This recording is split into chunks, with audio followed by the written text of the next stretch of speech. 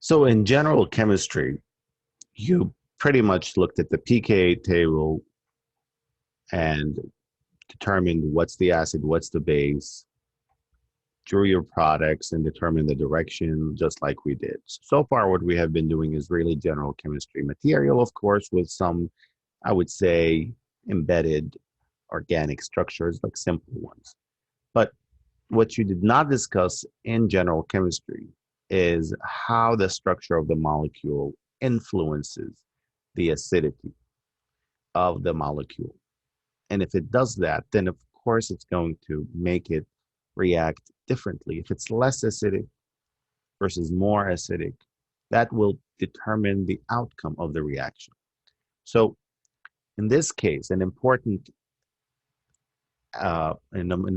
aspect of this is to understand how the structure influences your the acidity. So this is really important for the entire, not only organic chemistry one, but organic chemistry two.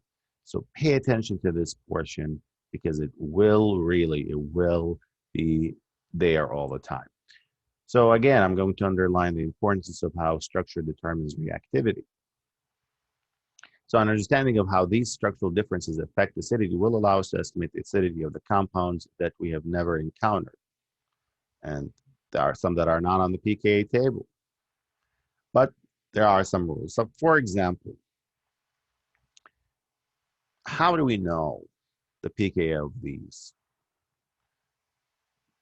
Okay, we can look them up. You say, okay, here they are, but what makes them different? What makes the pKa go down and become more acidic, like in this case? Yes, you might say there are CLs, but what does the CL do? That's the question. So again, these are questions that organic chemistry asks. And of course, these are simple molecules, so we'll look at more complex molecules. So less talking on my part, and let's do some more. Let's work on the problems here. So an important message here is that anything that stabilizes a conjugate base makes the starting acid more acidic. When I was a student, I've always thought that the acidity uh, determines how basic the conjugate base will be. But actually, when you come to organic chemistry, it's actually the other way around. In my opinion, it's actually how stable the conjugate base will determine how strong the acid will be. So it's amazing.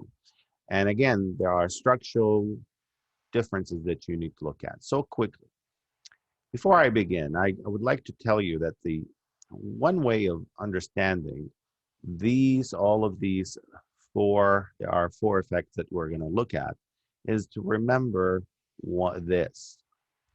There are four factors, and those four factors are meant to do one simple thing, and that is spread the charge, because charge is bad. I always like to say that if you spread the charge, you save the barge. So here's a barge right here. If you put all of the negative or that charge on one side, imagine what's going to happen. It's going to tip over, right? And sink. You need to think of it that way, is you want to spread the charge, at least on this, you know, level, on the undergraduate organic level, spread the charge. That will actually stabilize your structure. So let's start with the first one, and it's called the element or element effects. Now, I'm going to need more space, so I'm going to simply just go to the next page. So if you look at the element effect, it's actually based on trends in the periodic table. It's based on trends in the periodic table. And there are two of them that we need to pay attention to. I'm going to tell you from now what they are. Across across going this way, this is electronegativity, and we say electronegativity increases. So you need to remember that. And of course, up, down, or down a column right here, what happens is the size or the atomic size increases. So you need to remember these. They're important because they will help you with this topic. So let's begin with the first one. It's electronegativity. So if we look at these 4 species right here and we measure their pKa's, the pKa of, again, this one would be close to 60 or about 50 actually.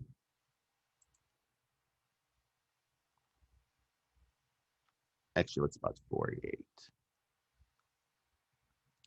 The pKa of a hydrogen attached to N, in this case ammonia, would be around 38.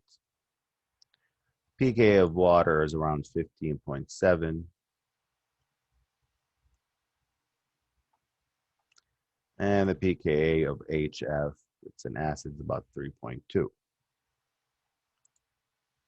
Now, again, they may differ from the sheet that I give you, but they're approximate ranges. So if they differ slightly, it's okay. But go by the sheet. So there's no pressure here. So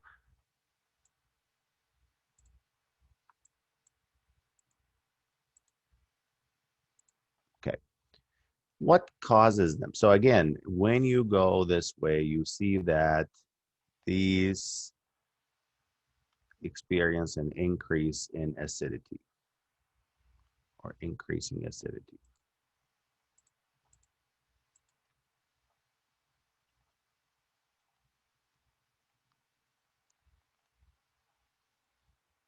So what is happening here? Well, the acid strength is determined by the stability of the conjugate base that is formed when the acid gives up the proton. And again, the more stable the base, this is very important, the stronger the conjugate acid or its conjugate acid. So let's look at the stability here, right here. So these are the conjugate bases. We remove the proton.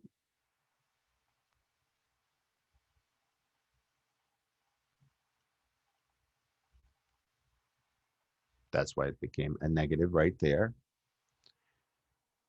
And we notice that this right here is the most stable. So the fluoride ion is most stable. The methyl ion, the C with the negative ion here, anion, is the least stable. Why? That's the question. pKa won't be able to explain that to you. It just gave it to you with H's. So when we look at it more, I guess, broadly and look at it actually more deeply in this case, we find that the periodic table, the electronegativities, I'm talking about the atoms, are the following. C is 2.5, N is 3. Again, these apply to the C, the N. O is a 3.5, and F is a 4. So we, again, notice that we have an electronegativity increasing.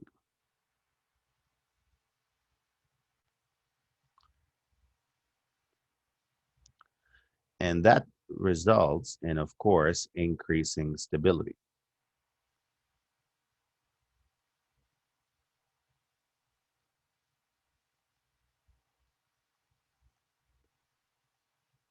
Why is that? For a quick reason. So F right here is more electronegative, so it's the most electronegative in this case.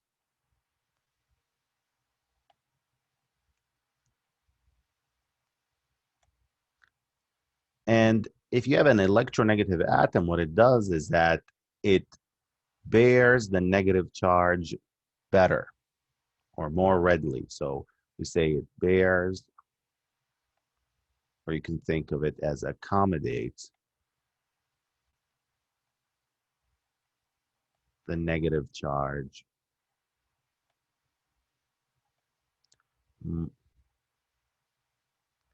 more readily.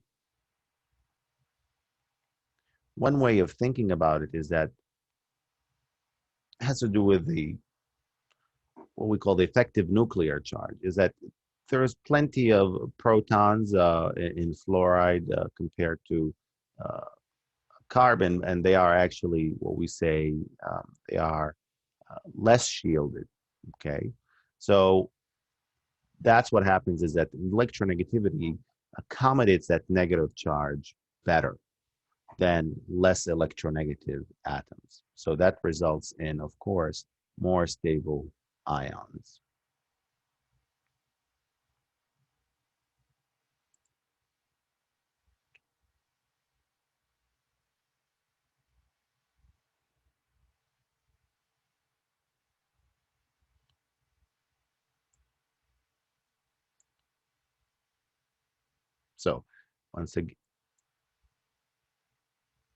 So once again, what happened here is that this is less basic,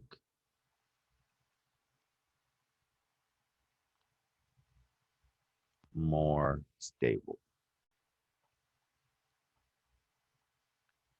So across a row in a periodic table, the acidity of HA increases as the electronegativity increases. So the next one we're going to do now is going to be from top to bottom in a column or in a